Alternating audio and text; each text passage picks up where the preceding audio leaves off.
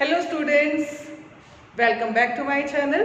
आज की वीडियो में हम चैप्टर स्टार्ट करेंगे, चैप्टर 4, जो कि क्लास 12 केमिस्ट्री का है, केमिकल काइनेटिक्स।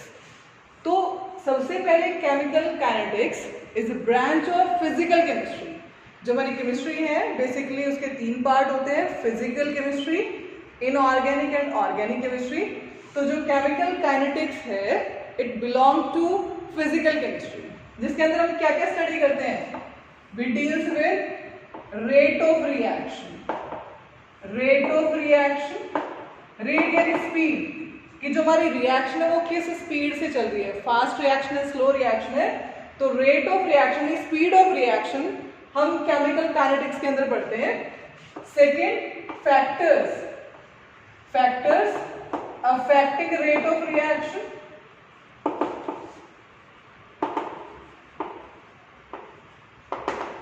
और क्या पढ़ते हैं चैप्टर के अंदर, मैकेनिज्म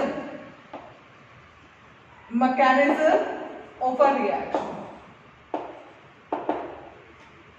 मैकेनिज्म मीन्स पाथ, किसी भी रिएक्शन में या रिएक्टेंट ने प्रोडक्ट तक पहुंचने के लिए कौन सा पाथ फॉलो किया है वो इस चैप्टर में हम पढ़ेंगे। यानी chemical kinetics is a branch of physical chemistry which deals with the study of rate of reaction, factor affecting rate of reaction, mechanism of a reaction, कि कौन सा पाथ उसने फॉलो किया है, कि रिएक्शन हमारी एलिमेंट्री है, कॉम्प्लेक्स है, किस टाइप की रिएक्शन है वो इस चैप्टर में हम पढ़ेंगे। तो first topic of this chapter is rate of reaction. तो what is rate of reaction? Rate of reaction, it is decrease in concentration of reactant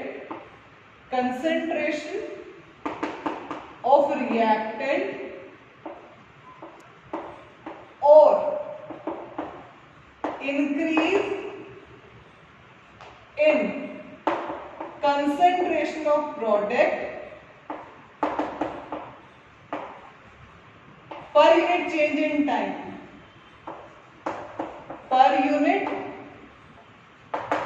change in time।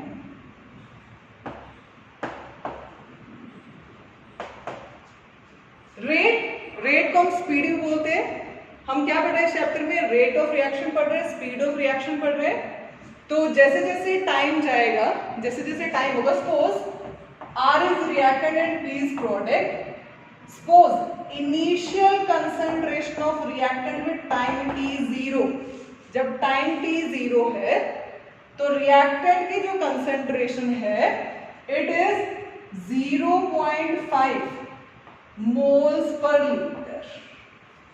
When time T 0, concentration of initial concentration of reactant, यानी जब हमने reaction start भी नहीं की है, time T जब हमारा 0 है, जब रिएक्शन हमारी स्टार्ट नहीं हुई है, concentration of reactant is 0.5 moles per litre. At any time T concentration of reactant is 0.3 moles per liter। ठीक है, at any time t, suppose t is 5 second, हम 5 सेकेंड के बाद हमने क्या किया, एट टाइम t 0, यानी रिएक्शन अभी स्टार्ट नहीं हुई है, हमने सिर्फ रिएक्टेंट लिए हैं, रिएक्शन अभी स्टार्ट नहीं हुई, रिएक्टेंट प्रोडक्ट में कन्वर्ट होना स्टार्ट नहीं हुआ है। उस टाइम t 0 पर हमने जो इनिशियल कंसंट्रेशन लिया रिएक्टेंट की वो है 0.5 मोल्स पर लीटर। हमने रिएक्शन को स्टार्ट कराया, धीरे धीरे reactants are converted into product. तो विद टाइम, जैसे जैसे टाइम पास होगा, रिएक्टेंट की कंसंट्रेशन स्टार्ट डिक्रीजिंग और प्रोडक्ट की कंसंट्रेशन क्या होगी, इंक्रीज होना स्टार्ट होगी। यानी रिएक्टेंट और प्रोडक्ट की कंसंट्रेशन में चेंज आएगा विद चेंज इन टाइम, जैसे जैसे टाइम जाएगा। उसी को हम क्या बोल रहे हैं, रेट बोल रहे हैं। तो initial concentration 0.5 moles per litre थी, प्रोडक्ट रिएक्टेंट की कंसंट्रेशन एट टाइम टी पर 0.3 मोल्स पर लीटर रह गई, यानी 0.2 मोल्स पर लीटर रिएक्टेंट जो है आर कन्वर्टेड इनटू प्रोडक्ट। तो आप देख पा रहे हो कि विद टाइम रिएक्टेंट की कंसंट्रेशन डिक्रीज होती है, प्रोडक्ट की कंसंट्रेशन बढ़ेगी, क्योंकि जब टाइम t 0 था तो प्रोडक्ट भी 0 थे। जैसे जैसे टाइम गया, आगे बढ़ा, पास हुआ, प्रोडक्ट स्टार्ट हो गए बनना, तो प्रोडक्ट की कंसंट्रेशन बढ़ेगी, इसलिए लिखा है increase in concentration of product. तो हम इसका रेट कैसे निकालेंगे, इसकी स्पीड कैसे निकालेंगे, rate is equal to change, decrease और इंक्रीज मतलब कंसंट्रेशन में क्या आ रहा है, चेंज आ रहा है ना, तो चेंज के लिए हम क्या यूज करते हैं, डेल्टा यूज करते हैं या डी, डेल्टा और D use for change, this symbol is use for change, ये चेंज का सिंबल है। किस में चेंज आ रहा है, कंसंट्रेशन में चेंज आ रहा है। कंसंट्रेशन को रिप्रेजेंट करते हैं स्क्वायर ब्रैकेट के साथ, किसकी कंसंट्रेशन में चेंज आ रहा है, रिएक्टेंट की, तो हमने लिख दिया स्क्वायर ब्रैकेट के अंदर R is concentration of reactant per unit change in time, per unit change in time, ठीक है। और it is also equal to change in concentration of product per unit change in time. तो rate is defined as decrease, अभी decrease का significance बताऊंगी क्या है यहाँ पर, या हम सीधा सीधा बोल सकते हैं change in concentration of reactant और change in concentration of product per unit change in time, यानी कितने टाइम में कितने रिएक्टेंट की कंसंट्रेशन डिक्रीज हो रही है, is speed, is rate of reaction. जैसे हम स्पीड निकालते हैं जनरली कि speed of this vehicle is 25 kilometre per our, यानी इन 1 आवर इट कवर 25 किलोमीटर, एक की स्पीड है 30 किलोमीटर पर आवर, यानी वो 1 किलोमीटर में 30 किलोमीटर कवर कर रहा है, तो 30 किलोमीटर पर आवर जिसकी स्पीड है is higher as comparison to 25 kilometre per hour. तो सेम कितने रिएक्टेंट की कंसंट्रेशन डिक्रीज हो रही है per unit change in time, कितने टाइम के अंदर या कितने टाइम में प्रोडक्ट की कंसंट्रेशन बढ़ रही है, इज रेट। अब इस फॉर्मूले को अप्लाई करके अगर हम रेट निकालते हैं फॉर दिस क्वेश्चन, तो delta of the change in concentration of reactant, it is final minus initial, change is always final minus initial, तो final concentration is 0.3 moles per litre minus initial 0.5 moles per litre divide by, ये minus है, divide by change in time, final minus initial, final कितना है 5 second और initial कितना है 0 second, तो कितना निकल के आया आपका ये -0.2 moles per litre divide bye 5 second, यानी स्पीड आपकी नेगेटिव निकल के आ रही है। Rate is speed which is not possible, या तो रिएक्शन चल रही है या नहीं चल रही है, चल रही है तो स्पीड पॉजिटिव होगी, नहीं चल रही है तो स्पीड क्या होगी, 0, नेगेटिव में तो नहीं जाएगी ना। तो इस नेगेटिव को पॉजिटिव करने के लिए हम रेट के फॉर्मूले में रिएक्टेंट के आगे नेगेटिव लगाते हैं, ठीक है।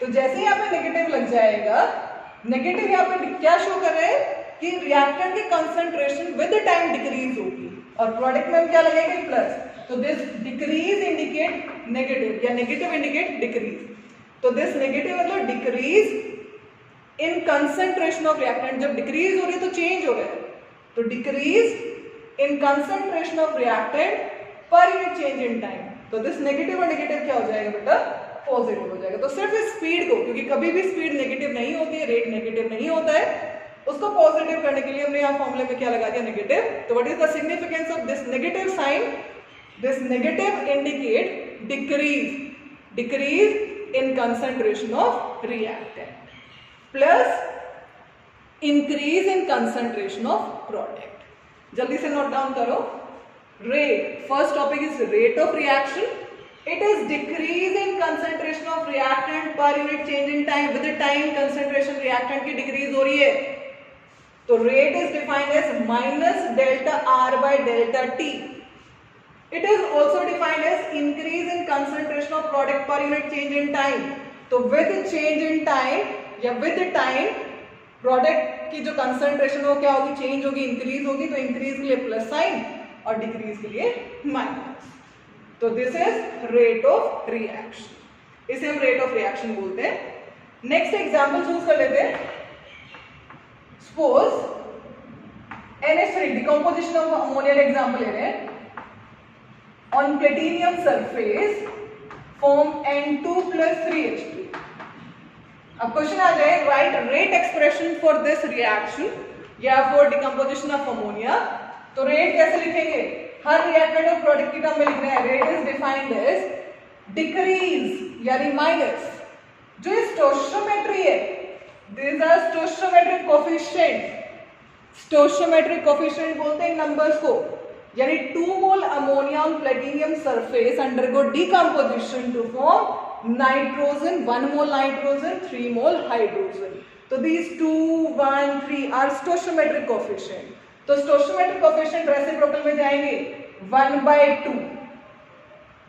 माइनस मतलब रिएक्टेंट की कंसंट्रेशन डिक्रीज होगी, तो rate is defined as decrease 2 यानी 1/2. कंसंट्रेशन चेंज, क्योंकि कंसंट्रेशन चेंज हो रही है और कंसंट्रेशन के लिए स्क्वायर ब्रैकेट लगाते हैं. Concentration of ammonia per unit change in time. Rate is also equal to, जो रेट है और किसके इक्वल होगा, इंक्रीज यानी plus increase of concentration of N2 per unit change in time.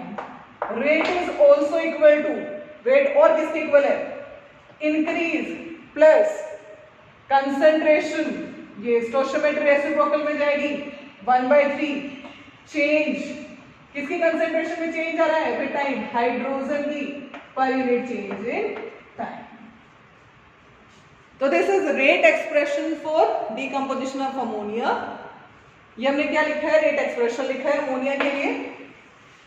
अब पेपर में क्या आता है, न्यूमेरिकल आता है, what is the decomposition, what is the rate of decomposition of ammonia, yeah, what is the rate of production of hydrogen. So here minus d delta NH3 by delta T, this minus delta NH3 by delta T is rate of decomposition of ammonia. यानी वो क्या बोल रहा है आपको निकालने के लिए, इसकी वैल्यू बोल रहे हैं minus delta NH3 by delta T की वैल्यू बोल रहे हैं. ठीक है, 2 mole ammonia on platinum surface decompose to give 1 mole nitrogen, 3 mole hydrogen. तो इसके हमने रेट लिखा, ये सारी रेट एक्सप्रेशन थी. Minus indicate decrease, plus indicate increase. जो स्टोइचियोमेट्री वो रेसिप्रोकल में जाएगी. डेल्टा जो सिंबल है वो चेंज के लिए लिखा है हमने, क्योंकि कंसंट्रेशन चेंज हो रही है विद टाइम, चाहे वो रिएक्टेंट हो या प्रोडक्ट हो. स्क्वायर ब्रैकेट N2 मतलब कंसंट्रेशन ऑफ नाइट्रोजन, यानी change in concentration of nitrogen. और चेंज कैसा हो रहा है, इंक्रीज, तो पॉजिटिव लगा दिया. तो this is decrease in concentration of ammonia per unit change in time. अब क्वेश्चन आ जाते हैं, आपको रेट ऑफ प्रोडक्शन निकालना है. तो what is rate of production of nitrogen, तो आपको क्या बोला है, delta N2 by delta T निकालने के लिए बोला है. What is the rate of production of hydrogen, तो this is delta H2 by delta T, यानी आपको इसकी वैल्यू निकालनी है. This delta H2 by delta T is rate of formation of hydrogen, rate of production of hydrogen. This delta N2 by delta T is rate of production of nitrogen. This minus delta NH3 by delta T is rate of decomposition of ammonia. जल्दी से note down करो, screenshot लेना है screenshot लो, note down करना है note down करो. Better option कि आप साथ साथ अपनी नोटबुक में इसको नोट डाउन किया करो. अब इसी टॉपिक पे हम क्वेश्चन कर लेते हैं. Express the rate of the following reaction in terms of different reactant and product. आपको रिएक्शन गिवन है, इस रिएक्शन के लिए आपको रेट लिखना है. तो रेट इज डिक्रीज, तो माइनस फॉर रिएक्टेंट, माइनस जो रिएक्टेंट का फॉर्मूला उसमें माइनस लगाएंगे, माइनस साइन शोज डिक्रीज. तो माइनस जो स्टोइचियोमेट्री है वो रेसिप्रोकल में जाएगी, तो माइनस 1/4 डेल्टा, डेल्टा भी लगा सकते हो, डी भी लगा सकते हो. NH3 concentration of ammonia per unit change in time. Rate is also equal to minus, क्योंकि ये भी रिएक्टेंट है, 1/5 स्टोइचियोमेट्री रेसिप्रोकल में जाएगी किसका, O2 एंड डेल्टा T, यानी decrease in concentration of oxygen per unit change in time. Reactant की concentration with the time decrease ही होती है. Also equal to, rate also equal to plus for product 4 यानी 1/4 D NO by dt, dNO by dt. Rate is also equal to plus 1/6 D या delta H2O by delta Q. तो this is expression for rate of the following reaction. जो reaction दे रखी है इस तरीके से हम इसके लिए रेट को एक्सप्रेस करेंगे। आगे if the rate of formation of NO is given, rate of formation of NO यानी delta NO by delta T की वैल्यू आपको गिवन है। कितनी गिवन है? 3.6 10 की power -3 mole per liter per second. This mole per liter per second is unit for rate of reaction.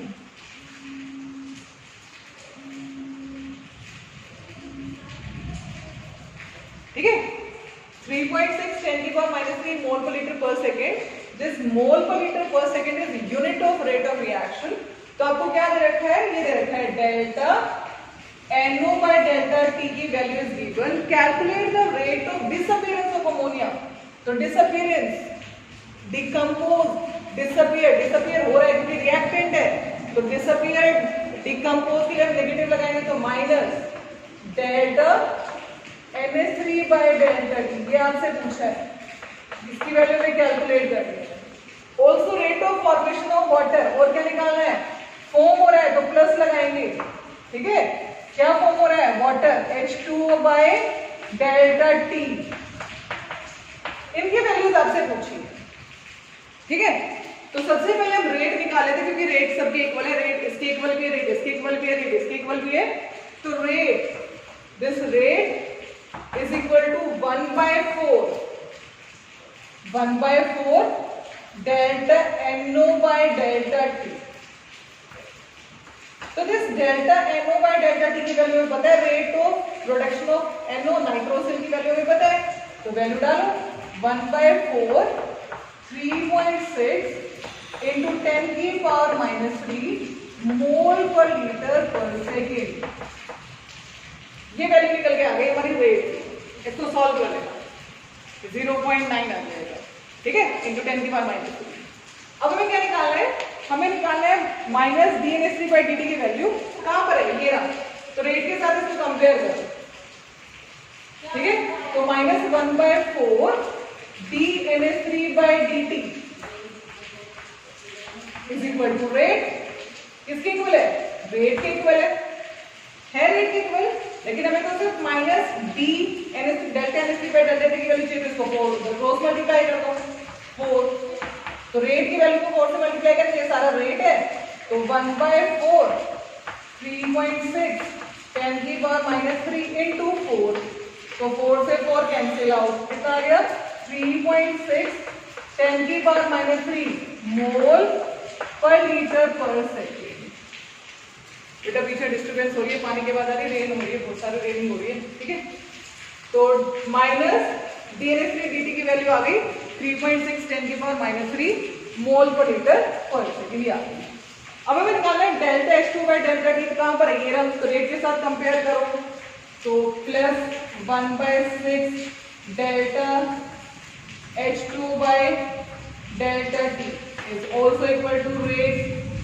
हमें सिर्फ इसकी वैल्यू चाहिए, तो 6 को उधर क्रॉस मल्टीप्लाई कर दो, 6 हो गया। तो रेट की वैल्यू क्या है? रेट की वैल्यू देखो, ये रहा रेट, ये रेट निकल गया है हमारा 1/4 3.6 10 की पावर -3 into 6। ठीक है, मोल पर लीटर पर सेकेंड। इस तरीके से इस क्वेश्चन को हम क्या करेंगे? अटेम्प्ट करेंगे, इसको सॉल्व कर लेना। सबसे पहले बोला था express the rate of following reaction in terms of different reactant and product.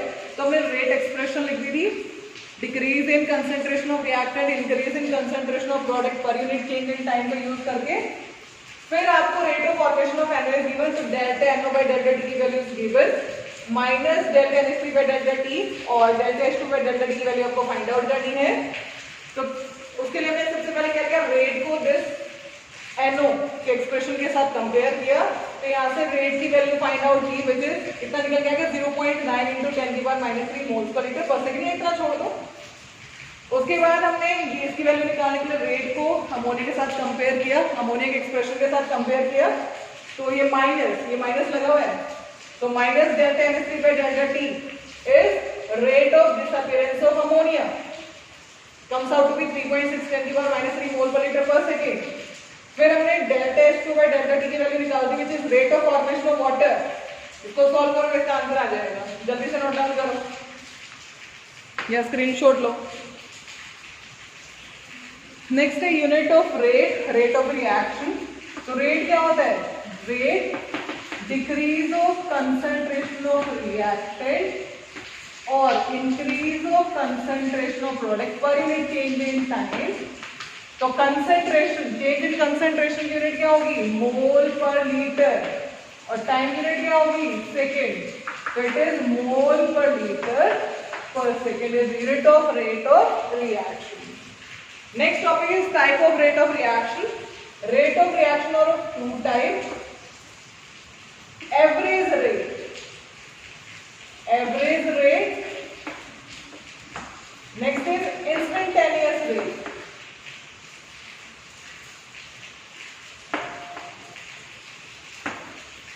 Average rate, it is rate of reaction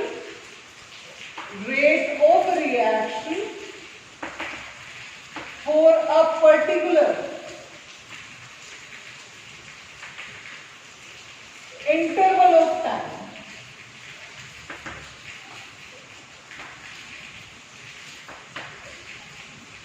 It is rate of reaction, instantaneous rate, rate of reaction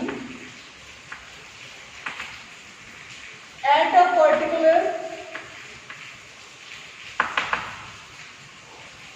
instant of time. क्या meaning है, क्या difference है दोनों में? Average rate, rate of reaction for a particular interval of time.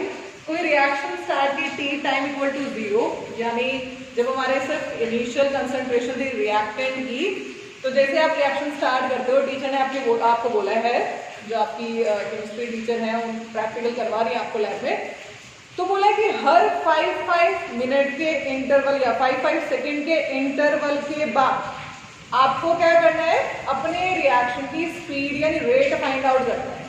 तो आप कैसे find out करोगे? आपको इंटरवल गिवन है कि 0 से 5 मिनट, देन 5 से 10 मिनट, यानी हर 5 मिनट के इंटरवल के बाद आपको क्या करना है? आपको अपनी रेट ऑफ रिएक्शन यानी रिएक्शन का रेट ऑफ रिएक्शन निकालना है, जो रिएक्शन उसकी स्पीड निकालनी है। यानी बेसिकली आपको क्या करना है? चेंज इन कंसंट्रेशन निकालना है। टाइम तो फिक्स हो गया ना, 0 to 5, तो 5 मिनट का डिफरेंस आ जाएगा। उसके अकॉर्डिंग आप क्या करोगे? कंसंट्रेशन में जो चेंज आएगा निकालोगे कि भाई 0 पर हमने 10 मोल्स पर लीटर से स्टार्ट किया था, फिर 5 जब मिनट आई तो रह गया ये it is 8.2 moles per litre, फिर नेक्स्ट 5 मिनट जब हुई तो ये रह गया 7.3 मोल्स पर लीटर। तो इस तरीके से विद टाइम कंसंट्रेशन डिक्रीज होगी। तो आप क्या कर सकते हो? Rate of reaction find out कर सकते हो। लेकिन यहाँ पर एक आप लार्ज इंटरवल चूज कर रहे हो, आप एक पर्टिकुलर इंटरवल चूज करके कि हर 5 मिनट के बाद या हर 10 मिनट के बाद आप क्या करोगे? कंसंट्रेशन का चेंज निकालोगे, जिसके अकॉर्डिंग आप rate of reaction find out कर सकते हो। यानी this represent large change, average rate represent large change, large change को रिप्रेजेंट करता है which is denoted by delta, जिसको हम डेल्टा से रिप्रेजेंट करते हैं। सपोज कोई reaction reactant give rise to product, तो एवरेज रेट कैसे लिखेंगे?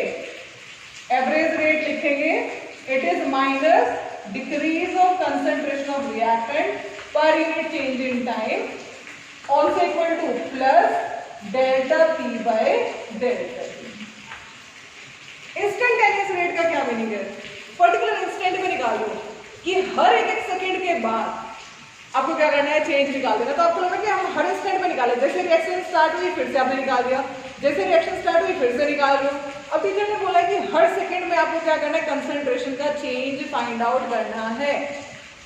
यानी आपको लगा कि हर पर्टिकुलर इंस्टेंट में आप क्या कर रहे हो? Rate of reaction find out कर रहे हो।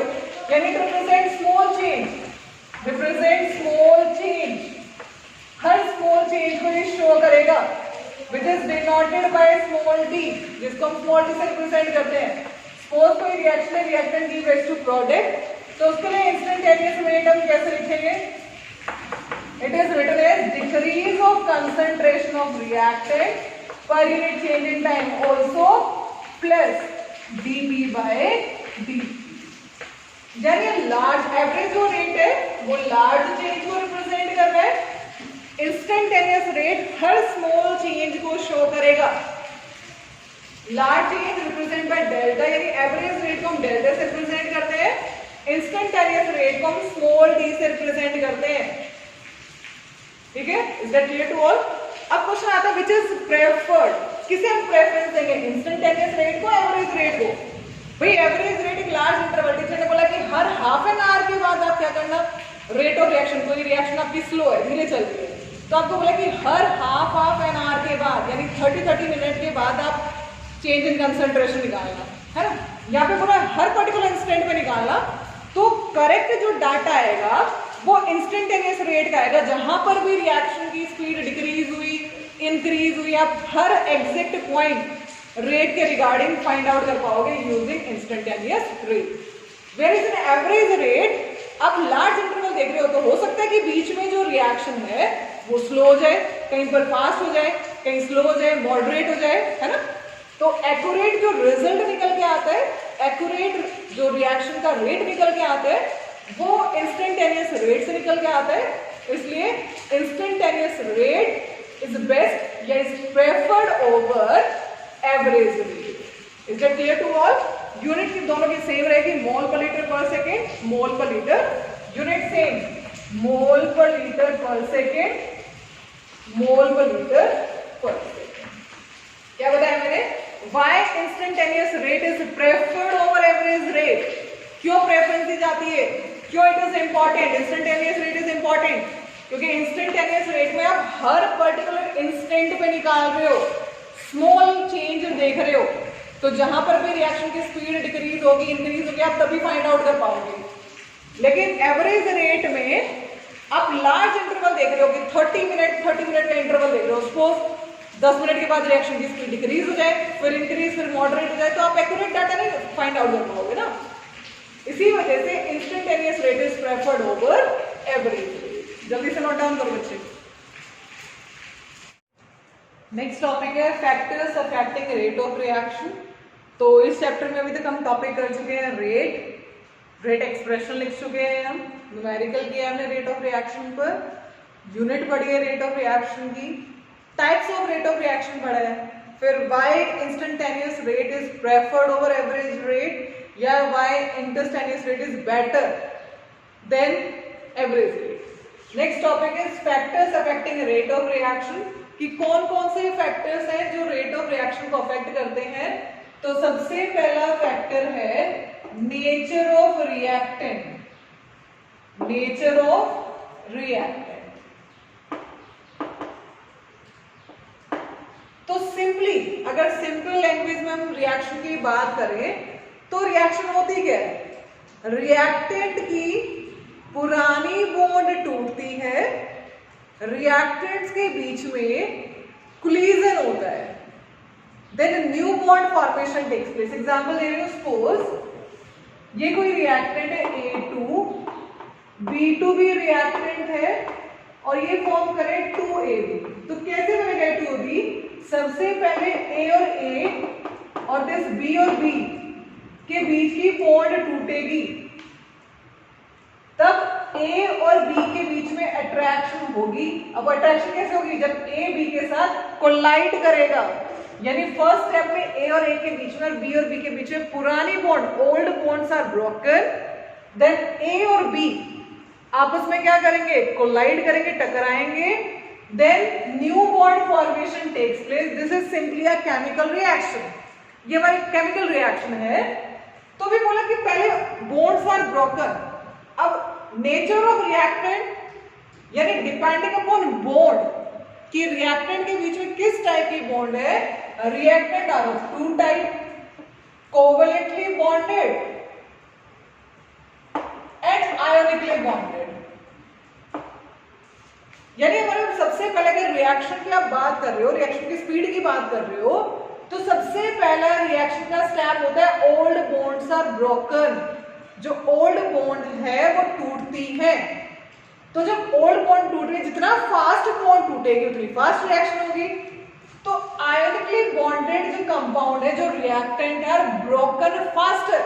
क्योंकि जनरली हम रिएक्टेंट को वाटर में डिसॉल्व करते हैं। जो सॉलिड है, सॉलिड में रेट ऑफ रिएक्शन स्लो होता है, तो जनरली हम सॉल्यूशन बना के यूज करते हैं, तो हम जो रिएक्टेंट है उसको वाटर में डिसॉल्व करेंगे।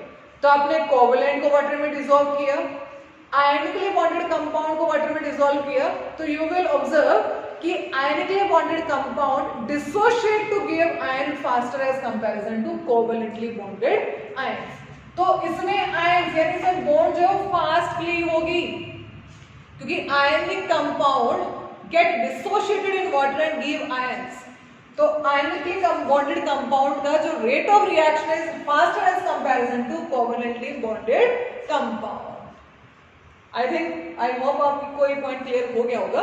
रिएक्शन जो है जिसमें पुरानी बॉन्ड टूटती है, रिएक्टेंट के बीच में कोलिजन होगा, वो प्रॉपर कोलिजन होना चाहिए, इफेक्टिव कोलिजन होना चाहिए, then only the new bond formation takes place. तो वो एक सिंपल एग्जांपल दिया, यानी सबसे पहला अगर आपको फाइंड आउट करना है कि रेट ऑफ रिएक्शन स्लो है या फास्ट है, तो सबसे पहले रिएक्टेंट की जो पुरानी बॉन्ड टूट रहे हैं उसके बारे में बात कर रहे हैं कि वो कोवैलेंट बॉन्डेड है रिएक्टेंट या आयनिकली बॉन्डेड है। जिसमें जितना फास्ट बॉन्ड टूटेगी उतनी फास्ट रिएक्शन होगी। तो रिएक्टेंट के बीच में टू टाइप की bonds are present, which is chemical bond which में बी कोवैलेंट बॉन्ड और आयोनिक। तो we know that ionic compound क्या होता है, जिसको हम वाटर में डालें डिसोशिएट टू गिव आयंस। तो इसमें आयंस में पहले हो जाएगा कि इसमें आयनिक कंपाउंड जो है, आयनिकली बॉन्डेड जो रिएक्टेंट होगा, dissociate faster, hence ionically bonded reactant have faster rate of reaction than covalently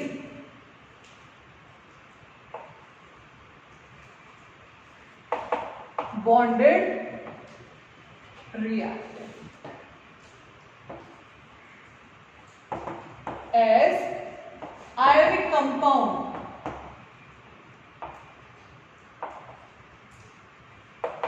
get dissociated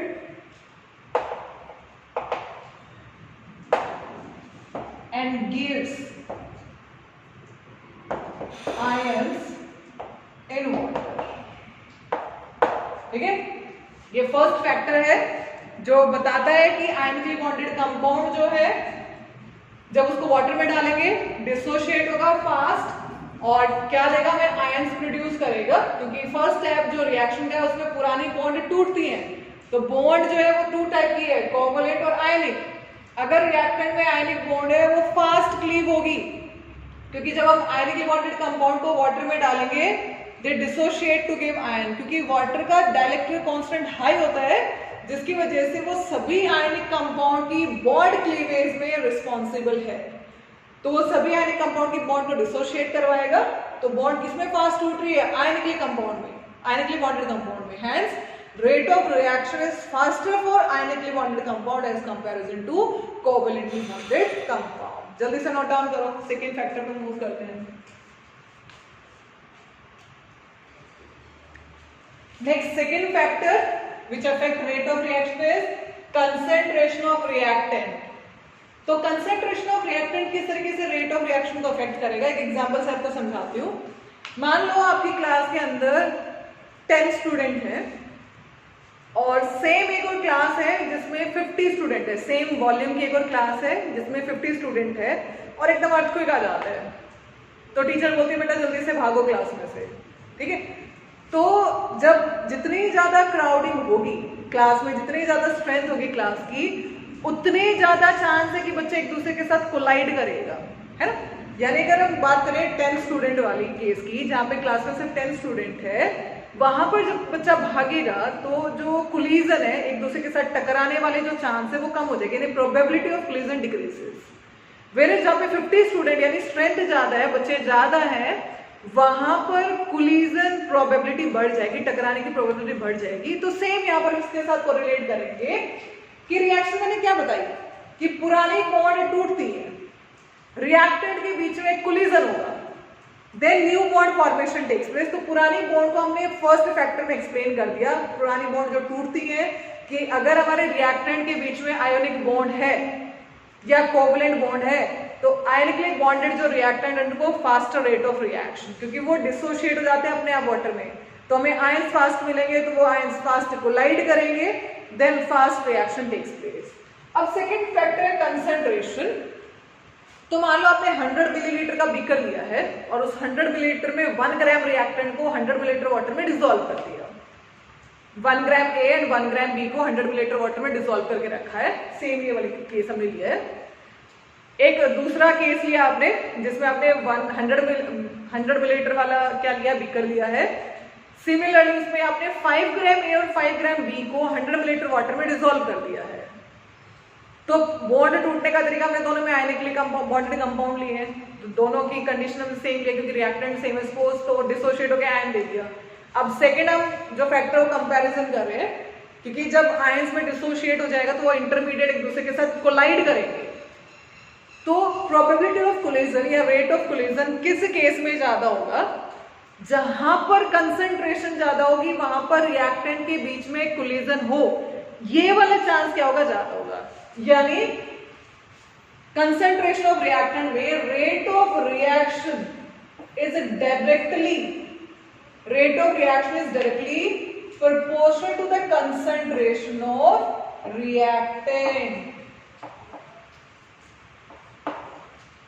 concentration of reactant के अंदर जितनी ज्यादा, स्क्वायर ब्रैकेट के अंदर लिखा है reactant, it indicate concentration of reactant, जितनी ज्यादा कंसंट्रेशन होगी रिएक्टेंट की उतनी ज्यादा स्पीड होगी रिएक्शन की, क्योंकि उतने ज्यादा रेट ऑफ कोलिजन बढ़ जाएंगे। यानी कंसंट्रेशन बढ़ने से number of collision per unit volume increase हो जाएंगे, यानी that is number of collision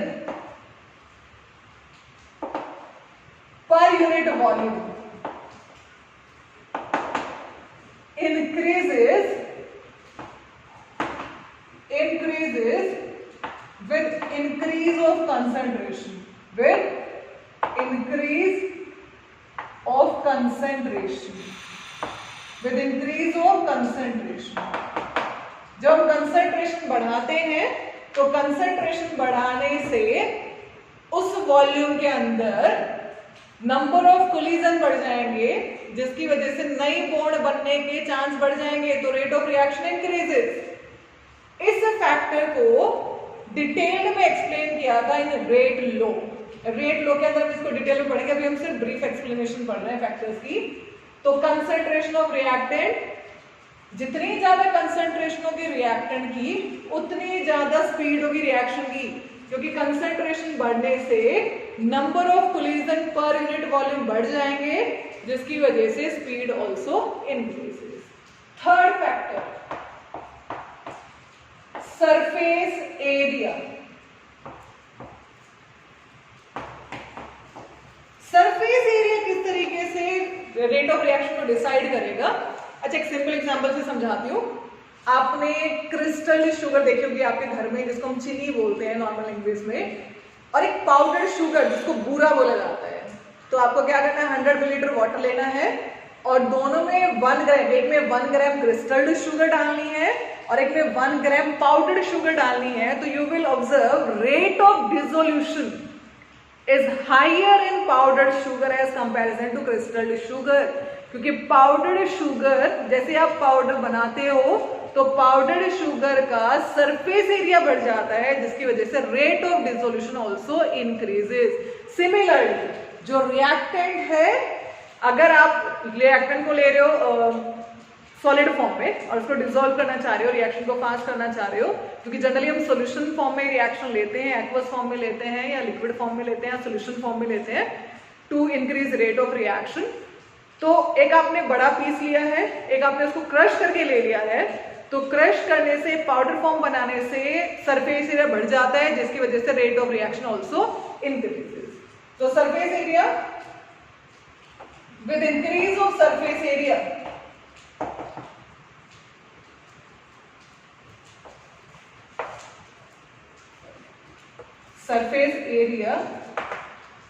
rate of reaction also increases. Rate of reaction also increases. तो थर्ड फैक्टर हमने एक्सप्लेन किया सरफेस एरिया. ये एग्जाम में आया, बोर्ड एग्जाम में question. Why powder sugar has higher rate of dissolution as comparison to crystal sugar. तो reason क्या लिखोगे? पाउडर शुगर का सरफेस एरिया ज्यादा होता है, जिसकी वजह से rate of dissolution is higher in powder sugar as comparison to crystal sugar. ठीक है, यानी स्पीडली कौन डिसोल्व हो जाएगी? पूरा क्रिस्टल मतलब जो पाउडर शुगर है वो फास्ट क्या होगी? डिसोल्व हो जाएगी. तो सिमिलरली सरफेस एरिया रिएक्टेंट का अगर आप बढ़ा देते हो, कैसे बढ़ाओगे? पाउडर कर दो, उसको क्रश कर दो. रिएक्टेंट अगर सॉलिड है उसको पाउडर फॉर्म में ले आओ, क्रश कर दो, उसका सरफेस एरिया बढ़ जाएगा, जिसकी वजह से rate of reaction is also increases. जल्दी से नोट डाउन करो. Next factor which affect rate of reaction is temperature. तो अरीनियंस ने एक्सप्लेन किया था बेटा, ये जो अरीनियन साइंटिस्ट थे उन्होंने शो किया था effect of temperature on rate of reaction. तो अकॉर्डिंग टू अरीनियंस ने क्या बोला था? Every 10 degree rise in temperature, every 10 degree rise in temperature, rate और rate constant हम आगे बढ़ेंगे जब हम रेट को एक्सप्लेन करूंगी. सेकेंड फैक्टर जो कंसंट्रेशन था, जब उसको डिटेल में एक्सप्लेन करूंगी तब हम पढ़ेंगे. तो every 10 degree rise in temperature rate और रेट कांस्टेंट बिकम्स डबल. मतलब मान लो कोई रिएक्शन चल रही है टाइम t, ठीक है, हमने लिखा है 25 डिग्री सेल्सियस, तो इसका रेट है r. टेम्परेचर है, टाइम t पर टेम्परेचर ने लिया, कैपिटल T से रिप्रेजेंट करते हैं 25 degree Celsius. T1 temperature to लिया 35 डिग्री सेल्सियस. तो जैसे तुम 10 डिग्री सेल्सियस टेम्परेचर बढ़ाओगे, 10 डिग्री टेम्परेचर बढ़ाओगे, रेट बिकम डबल. तो R क्या हो जाएगा? 2R हो जाएगा, यानी जो स्पीड है वो डबल हो जाएगी. ऐसा क्या हो जाता है टेम्परेचर बढ़ाने से? अभी आपको बताया था कि रिएक्शन सिंपल रिएक्शन होती है जिसमें पुरानी बॉन्ड टूटती हैं, रिएक्टेंट के बीच में कोलिजन होते हैं, then new bond formation takes place. तो क्या हुआ? पुरानी बॉन्ड टूटी, आपने टेम्परेचर बढ़ा दिया. तो टेम्परेचर बढ़ाने से क्या होगा? जो पार्टिकल है गेन काइनेटिक एनर्जी, वो काइनेटिक एनर्जी गेन करेंगे, थर्मल एनर्जी गेन करेंगे, जिसकी वजह से वो फास्ट क्या करेंगे? मूव करेंगे. फास्ट मूव करेंगे तो रेट ऑफ कोलिजन क्या हो जाएगा? बढ़ जाएगा. रेट ऑफ कोलिजन बढ़ जाएगा, जिसकी वजह से इतना फास्ट हमारी न्यू बॉन्ड फॉर्मेशन होगी, उतनी फास्ट क्या होगी? रिएक्शन. यानी जब हम टेम्परेचर बढ़ाते हैं तो पार्टिकल जो है वो काइनेटिक एनर्जी गेन करते हैं, जिसकी वजह से रेट ऑफ कोलिजन बढ़ जाते हैं. रेट ऑफ कोलिजन बढ़ने से speed of reaction also increases. यानी अकॉर्डिंग टू अरीनियंस, जो अरीनियन साइंटिस्ट थे उन्होंने दिया था effect of temperature on rate of reaction. Every 10 degree rise in temperature rate और रेट कांस्टेंट, ये जो टर्म है रेट कांस्टेंट, ये जो फैक्टर्स मैं बता रही हूँ अभी मैं ब्रीफ में बता रही हूँ, इसको हम कंप्लीटली एक्सप्लेन करेंगे, थोरोली एक्सप्लेन करेंगे नेक्स्ट वीडियो में 1 by 1. तो जब हम कंसंट्रेशन वाले फैक्टर को मैं एक्सप्लेन करूंगी तो वहां पर ये रेट कांस्टेंट टर्म आएगी. तो क्या है, जब हम 10 डिग्री टेम्परेचर बढ़ा देते हैं तो स्पीड क्या हो जाएगी? डबल हो जाएगी. जैसे ही मान लो T3 किया, टेम्परेचर थर्ड, मैंने 10 डिग्री और बढ़ा दिया, 45 डिग्री सेल्सियस हो गया, तो रेट बिकम 4R, क्वाड्रिपल्स. जब मैंने 10 डिग्री बढ़ाया रेट बिकम डबल्स. फिर मैंने 10 डिग्री राइज कर दिया तो इसकी स्पीड क्या हो जाएगी? डबल हो जाएगी. अगेन तो डबल होने के बाद कितनी होगी? 4R, यानी क्वाड्रिपल्स. क्वाड्रिपल्स मतलब 4 टाइम. तो क्या हो रहा है? With rising temperature particles gain kinetic energy, due to which rate of collision increases, hence rate of reaction also increases. जल्दी से नोट डाउन करो बेटा. अरीनियन साइंटिस्ट ने मैथमेटिकल एक्सप्रेशन भी दिया इसी के ऊपर, जो हम नेक्स्ट वीडियो में डिस्कस करूंगी, जो मैं डिटेल में टेम्परेचर फैक्टर जब डिस्कस करूंगी। तो अभी हम सिर्फ ब्रीफ एक्सप्लेनेशन कर रहे हैं कि कौन कौन से फैक्टर हैं जो रेट ऑफ रिएक्शन को अफेक्ट कर रहे हैं। जल्दी से नोट डाउन करो। नेक्स्ट हमारा जो फैक्टर है वो है कैटलिस्ट। अभी तक हम 4 फैक्टर डिस्कस कर चुके हैं। First nature of reactant, second हमने पढ़ा कंसंट्रेशन ऑफ रिएक्टेंट, थर्ड हमने पढ़ा टेम्परेचर, फोर्थ हमने सरफेस एरिया और फिफ्थ हम पढ़ रहे हैं कैटलिस्ट। टोटल 6 फैक्टर है। तो नेक्स्ट इज कैटलिस्ट। कैटलिस्ट क्या होता है? कोई भी केमिकल सब्सटेंस जिसको हम रिएक्शन में डालें, रिएक्शन मिक्सचर में डालें और ये उसमें इन्वॉल्व होगा, कंज्यूम नहीं होगा, and which alters the rate of reaction. जो रेट ऑफ रिएक्शन को क्या कर देगा? ऑल्टर कर देगा।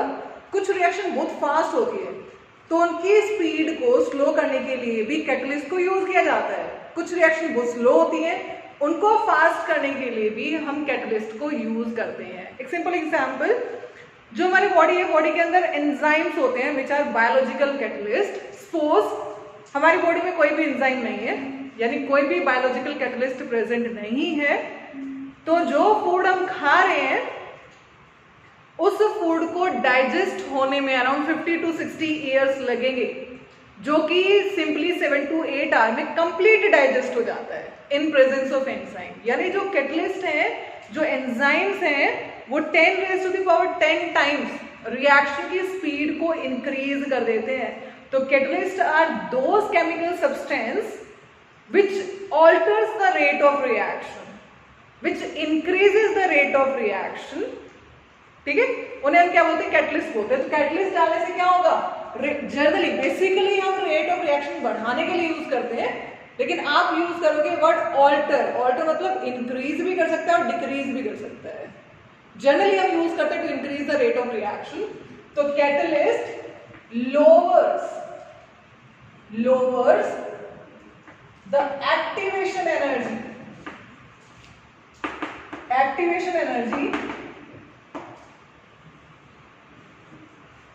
thereby increases the rate of reaction। यानी कैटलिस्ट किस तरीके से रेट ऑफ रिएक्शन बढ़ाता है? वो एक्टिवेशन एनर्जी को क्या कर देता है? डिक्रीज कर देता है। तो what is activation energy? The extra amount of energy which is needed by a reactant molecule to start the reaction। means suppose reactants को रिएक्शन को स्टार्ट करने के लिए 70 kilojoule per mole energy needed है। इसमें से रिएक्टेंट के पास खुद की एनर्जी, क्योंकि रिएक्टेंट के पास खुद की भी एनर्जी होगी, वो एनर्जी है 50 किलोजूल पर मोल। रिएक्टेंट के पास खुद की जो एनर्जी है 50 किलोजूल पर मोल, लेकिन रिएक्शन तब स्टार्ट होगी जब रिएक्टेंट के पास 70 किलोजूल पर मोल एनर्जी होगी। तो हम क्या करना पड़ेगा? हीट करना पड़ेगा। जनरली हम क्या करते हैं? ड्यूरिंग रिएक्शन हीटिंग करते हैं, टेम्परेचर राइज करते हैं। तो ये जो extra 20 kilojoule per mole energy चाहिए रिएक्टेंट को to start the reaction is known as activation energy. The extra amount of energy needed by a reactant molecule to start the reaction is known as activation energy।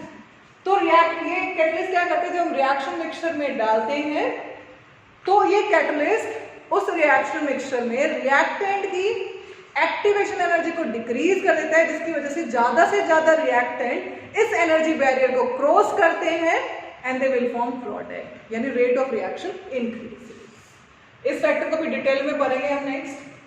Last factor, 6th factor, radiation. अब कुछ reaction होती है which occurs in presence of sunlight, जिन्हें हम photochemical reaction बोलते हैं। अगर आप उनको लाइट प्रोवाइड करोगे, यानी अगर आप उनको डार्क रूम में कर रहे हो तो rate of reaction is very very slow. तो यानी requirement of light is must for photochemical reaction. तो अगर आप उनको सनलाइट की प्रेजेंस में कराओगे रिएक्शन तो रेट ऑफ रिएक्शन फास्ट रहेगा, अगर आप डार्क रूम में करोगे रेट ऑफ रिएक्शन स्लो रहेगा। तो नेक्स्ट फैक्टर इज रेडिएशन। यानी टोटल 6 फैक्टर है जो रेट ऑफ रिएक्शन को अफेक्ट करते हैं। First, nature of reactant, concentration of reactant, surface area, temperature, catalyst and radiation. ये 6 फैक्टर आज की वीडियो में हमने पढ़ा है। नेक्स्ट वीडियो जो बनाऊंगी उस वीडियो में हम कंसंट्रेशन ऑफ रिएक्टेंट को डिटेल्ड में पढ़ेंगे, ठीक है। तो आई होप आपको टॉपिक अच्छे से समझ आ गया होगा। तो अभी तक आपने अगर चैनल को सब्सक्राइब नहीं किया तो चैनल को सब्सक्राइब करें, बेल आइकन को प्रेस करें। अगर वीडियोस अच्छी लगती तो बेटा वीडियोस को लाइक करें, ज्यादा से ज्यादा शेयर करें और अपनी डाउट्स या कोई टॉपिक या कोई सजेशन आप कमेंट सेक्शन में डाल सकते हो, कमेंट बॉक्स में डाल सकते हो। Thank you.